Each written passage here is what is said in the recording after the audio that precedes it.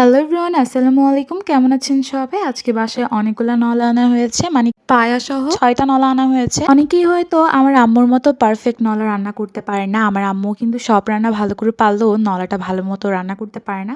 তো আজকে আমার মামুনি আম্মুকে শিখিয়ে দিচ্ছে, মানে মামুনি রান্না করছে।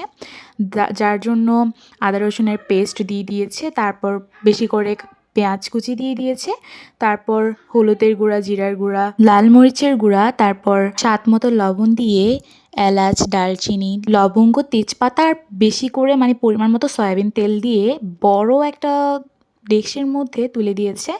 আর এটা কিন্তু অনেক বড় একটা ডেকচি ছিল, যেহেতু নলাগুলো অনেক বড় বড় ছিল।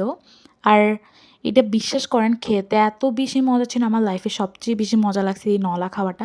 মানে এটা ফর দ্য ফার্স্ট টাইম এত মজা লাগছে আমার নলা। মানে মামুনি বানিয়েছিল, মামুনি হচ্ছে সব রান্নায় ভালো পারে মাশাল্লাহ দিলে। আর এখানে কিছু কাঁচামরিচ ফালি করে দেওয়া হয়েছিল যাতে ঝাল ঝাল খাওয়া যায়। আর অনেকক্ষণ ধরে এখানে প্রেশার কুকারে দেওয়া হয়েছিল নলাটা একটু নরম হওয়ার জন্য। আর দেখুন আরেকটা ডেকচির মধ্যে ঢেলে ফেলেছে। আর কতগুলা নলা, আর এত বেশি মজা হয়েছিল, ভিডিও ভয়েস ওভার দেওয়ার সময় আমার মুখ থেকে পানি আসতেছিল।